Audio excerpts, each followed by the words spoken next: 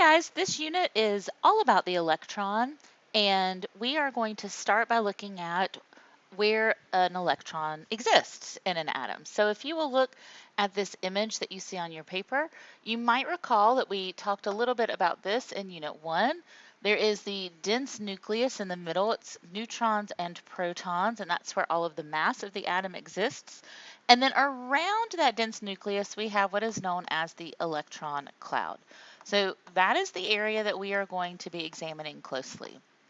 We are going to start by talking about what happens to the electrons in an electron cloud when energy is introduced.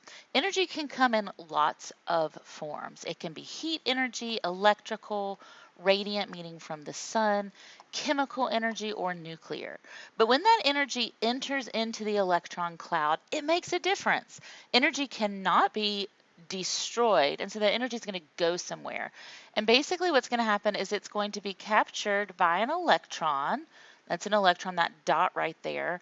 And it's going to cause the electron to move from its closest to the nucleus level to a level farther away. So we're going to give those a name.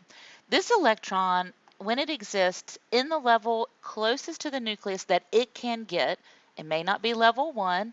We're going to number these moving out. So level 1 is always the one directly beside the nucleus. Level 2 would be a little bit farther away, so on and so forth. But when the electron's at the level, its lowest possible level, that is called its ground state. So right now, it's existing at the ground state. And it will stay there indefinitely unless energy is added in just the right amount. And when energy is added in just the right amount, it boosts the electron up to the next energy level. The electron will not exist between the levels. It will always be on a level. And so when this electron got boosted up to level 2, we're going to call that its excited state. So it goes from the ground to excited. And when it does that only because it's been able to capture that energy temporarily. While it is up in a higher excited state, its potential energy has increased because, and if you follow the story down to here, it won't stay there. So even though that energy is there, it's in an excited energy state, that is not a state it can maintain. It is going to move to drop, if you will, back down. So this is level 2, this is level 1, this is where our neutrons and protons are in the nucleus. It is going to drop back down to its ground state. Okay, remember, ground state is closest to the nucleus. And when it drops back down to the ground state, it will release the exact same amount of energy that it had captured. Remember, we can't destroy energy, and it's going to release it as kinetic energy. So when that kinetic energy is released, it is released as a photon. And that photon is going to travel as a wave. And we're going to call this coming from that electron, electromagnetic or EM waves. So EM stands for electromagnetic waves. And electromagnetic waves radiate from an atom, releasing energy. That photon's going to travel in a wave pattern, but it's going to hit like a particle, known as the wave-particle duality. So it's traveling as a wave, but it's hitting like a particle. Why does that matter? Well, lots of reasons. It's kind of cool for one, but also because wavelength is a property that we can understand just by thinking about the waves of the ocean. So at the top of the wave, that is known as the crest. To the top of the next wave, also known as the crest, that distance is known as the wavelength. And wavelength is typically measured in meters. However, photons are little particles of light, and they're really small. So they're typically going to be dealing with nanometers. And 1 nanometer is a very small piece of a meter. It is 1 times 10 to the negative ninth meters. So teensy, teensy, teensy. Anyway, as the photon travels, it travels as a wave, and we can measure the wavelength, even if it's very, very small. And that gives it some properties. So let's think about this for a second. If I draw a wavelength like this, okay, that's my wavelength. I'm going to use the wavelength symbol, wave length. That's the distance from one crest to another crest. And then if I draw a wavelength like this is wavelength number 2. Let's look at the differences. This is a shorter wavelength, right? Which means that it can hit twice as often in that same distance. Do you see? I could draw yet another one. It can hit twice as often in that same distance. So its frequency has increased because its length is shorter. The frequency goes up as the length of the wave goes down.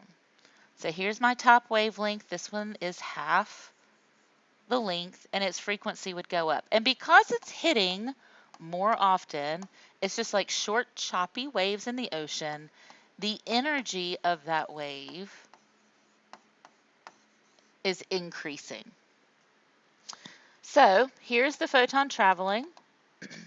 It takes it all of this time to get back to the top. If there's more energy, it's going to get back to the top more quickly, which reduces the length, which increases the frequency. They're all connected. Just think about ocean waves. And we can describe all of that in this spectrum called the EM wave spectrum. So what you see here is a wave that starts off very gentle, long lengths from here to here. It's one wavelength. And then it eventually gets much shorter wavelengths. So at this end, we have the largest wavelength, which means it's hitting with the lowest frequency. And that is because it has the least energy. So that's a lot of L's, longest wavelength, lowest frequency, least energy. I'm going to add one more L. This is the lazy end. So the low wavelengths, yet another L, is the lazy end. Largest wavelength, lowest frequency, least energy. And at this end, we have radio waves, we have microwaves. And these are very lazy waves. They don't cause a lot of damage because they don't have a lot of energy. But then you notice that the wave begins to speed up. And so right here in the middle, you have kind of the middle of these waves. We're getting to a much more intense wave at the end.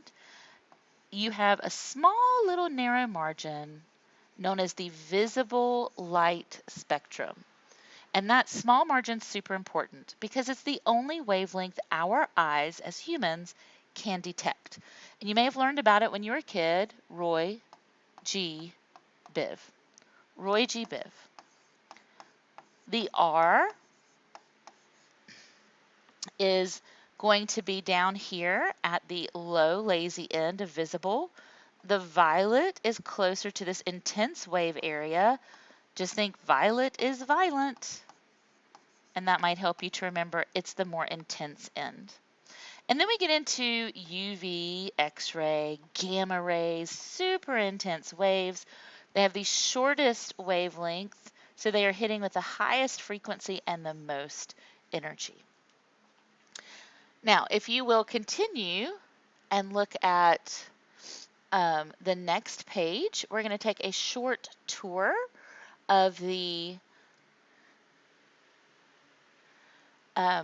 reference tables where you will see some of this information repeated. Let me just clear that off for you. We're going to go right here, a tour of the reference table. So this is a page from your reference table. I've just copied and pasted it here. And I just want to show you a couple of things. Here's what we're going to follow. This is how we're going to use it. And here's some general information Okay, this is called a Bohr diagram. The nucleus is that dot in the middle. Each energy level is labeled with a number. 1, 2, 3, 4, 5, 6. The energy levels are known as N. So N is equal to the energy level. And that is the energy level of the electron. Okay? And this is a single atom. This is, in fact, a hydrogen atom, which Niels Bohr used for his experiments. And all of the possible transitions that could happen for that hydrogen atom's electron, and the resulting wavelengths of the photon it released when it fell back down. And up at the top, this wavelength is in nanometers, which is just a small little piece of a meter. But down here at the bottom in the bigger spectrum, it's in meters. So that's one thing you need to notice right off. Let's start. Here is an electron, and they're only showing the down. They're showing the fall of the electron. So here's an electron that got boosted all the way, you'll notice there, all the way to level 6. And then it fell from level 6 all the way down to level 2. So 6 to 2. I know this is 2 because if I circle around, there's 2, okay? What is the wavelength that it releases? So to find that out, I'm going to trace down this line, and I get down here to 410. So it releases a wavelength of 410 nanometers. That is a wavelength. Notice the meters, it's length. Excellent. So because it is in the visible light spectrum, that is a wavelength we can see. But what color is it? Well, to find that, you're going to go down to this bottom part. Remember, it's 410 nanometers. We need to convert that to meters. And so a real quick way to do that here is to know that we're going to put a decimal between the first two numbers, and then it is going to be times 10 to the negative 7. So that is just a quick way. Just know that any of these nanometers, what we are going to do is they're going to be converting to that 10 to the negative 7. If they're in the visible light spectrum, you're just going to put a decimal between the first two numbers. It works a little differently elsewhere, but for these it will work. So 4.1, where will that fall in this scale? Well, here's 4.0, here's 4.2. So 4.1 would fall right in between that, and that would make this color violet. All right, let's look at this one. It got boosted up. What level is this? This is level 3. It also fell to level 2. So 3 to 2, what is the wavelength? I'm going to follow it down, and I see there that it is 656. So where would that fall? 656 would become 6.56 times 10 to the negative 7 in meters. And that's going to fall between 6.5 and 7, so that's going to be the color red. Well, what about these transitions that release photons in UV? Would they be shorter wavelengths or longer wavelengths? Well, remember, here's the visible light spectrum. UV is to its right, which means they are shorter wavelengths, okay, than the visible spectrum. What about these in the IR? Are they shorter or longer wavelengths? They are releasing photons of longer wavelengths because they are to the left, which is toward the longer wavelengths. Remember, longer means lazy, and the shorter means more energy, more frequency. So here are these steps that I just showed you written out at the bottom for you to review. I hope this was helpful, and I'll see you next time.